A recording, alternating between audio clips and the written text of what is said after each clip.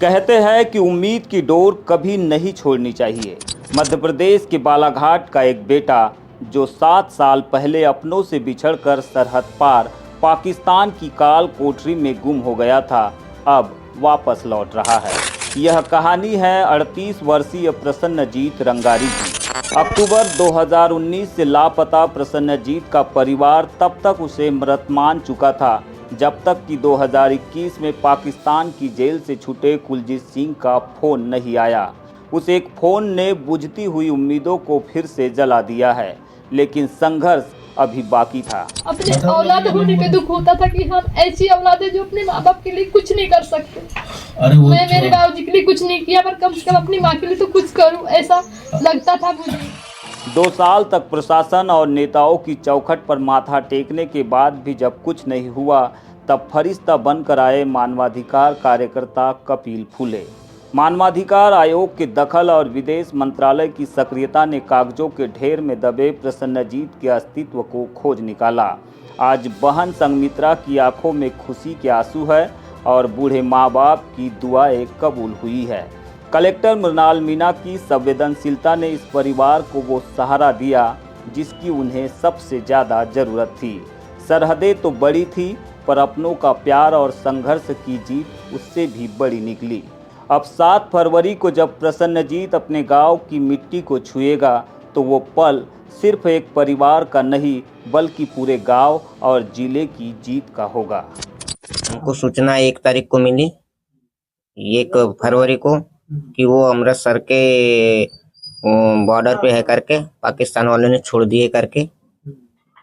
क्या समस्या बनी? समस्या फिर जाने की बनी। वो अमृतसर वाले पुलिस वाले हमको बार बार फोन कर रहे थे कि आप जल्दी ले जाओ, आप जल्दी ले जाओ। तो जाने की व्यवस्था में हम परेशान हो गए।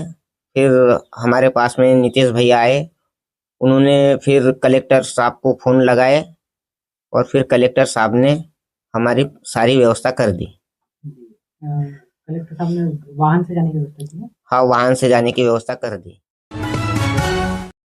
बालाघाट पुलिस की नशे के खिलाफ सर्जिकल स्ट्राइक हुई है। नशे के खिलाफ चलाए जा रहे विशेष अभियान के तहत नवेगांव पुलिस को बड़ी सफलता मिली है। नवेगांव भमोड़ी मार्ग पर घेराबंदी कर पुलिस ने एक बिना नंबर की बाइक से 6 किलो से ज़्यादा अवैध गांजा बरामद किया है। पुलिस को देख तस्कर ने भागने की कोशिश की, जिसमें एक आरोपी अंधेरे का फायदा उठाकर जंगल में ओझल हो गया, लेकिन मुख्य आरोपी वेद प्रकाश पुलिस के हत्थे चढ़ गया। जब्त मादक पदार्थ की कीमत करीब 2.5 लाख रुपए बताई जा रही है। बालाघाट पुलिस का साफ संदेश है कि जिले में नशे का कारोबार करने वालों की अब कोई खैर नहीं।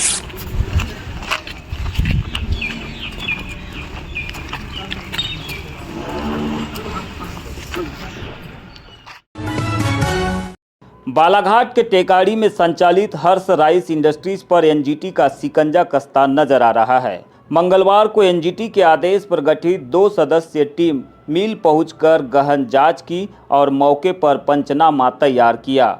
आपको बता दें कि यह राइस मिल पूर्व मंत्री और वर्तमान भाजपा जिला अध्यक्ष रामकिशोर नानो कावरे के भाई कुमार कावरे और विनोद शर्मा की बताई जा रही है। एनजीटी भोपाल में याचिकाकर्ता ने शिकायत की थी कि मिल निर्माण के दौरान शासकीय जमीन से अवैध मिट्टी उत्खनन किया गया, हरे भरे पेड़ काटे गए और सरकारी नाले पर अतिक्रमण भी किया गया।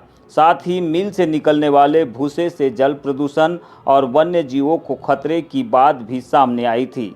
जांच के लिए पहुंचे बालाघाट एसडीएम गोपाल सोनी और प्रदूषण नियंत्रक बोर्ड के अधिकारी केपी सोनी ने मौके पर कुछ खामियां पाई है। खसरा नंबर 294 में मिट्टी खनन के गहरे गड्ढे मिले हैं। नाले के पास मील का भूसा पाया गया, जो प्रदूषण का संकेत है, और मील परिसर चारों तरफ से खुला मिला, जिससे डस्ट और प्रदूषण फैलने की आशंका है।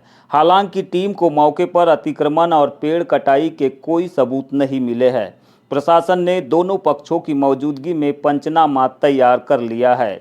अब इसकी नज़रें 28 फरवरी को होने वाली अगली सुनवाई पर टिकी है, जहां यह जांच रिपोर्ट एनजीटी के सामने पेश की जाएगी। प्रस्तुत किए गए थे। उनकी जांच करने के लिए 2 सदस्यीय कमेटी का गठन करने में, जिसमें कलेक्टर प्रतिनिधि और दूसरे क्षेत्रीय प्रदूषण नियंत्रण बोर्ड के अधिकारी के साथ यहाँ करने के निर्देश दिए गए थे। उसी परिपालन में कलेक्टर प्रतिनिधि के रूप में मैं स्वयं, अनुभागीय अधिकारी राजस्व बालाघाट और क्षेत्रीय जो प्रदूषण नियंत्रण अधिकारी है वो यहाँ उपस्थित हुए। याचिकाकर्ता मिलिंद ठाकरे को लिखित में उनको सूचना दी गई थी आज के यहाँ उपस्थित होने की। साथ ही यहाँ जो राइस मिल के जो संचालक हैं या उनके यहाँ जो लोग हैं उनको भी सूचना दी गई थी मौके पर उपस्थित होने के लिए। सबके समक्ष में यहाँ पर मौका देखा गया, जो भी तथ्य यहाँ पाए गए, जो भी चीज़ें पाई गई है उसको पंचनामे में हमने लिया है। अब इसकी एक रिपोर्ट पीसीबी जो बनाकर ऑनलाइन माननीय न्यायालय को प्रस्तुत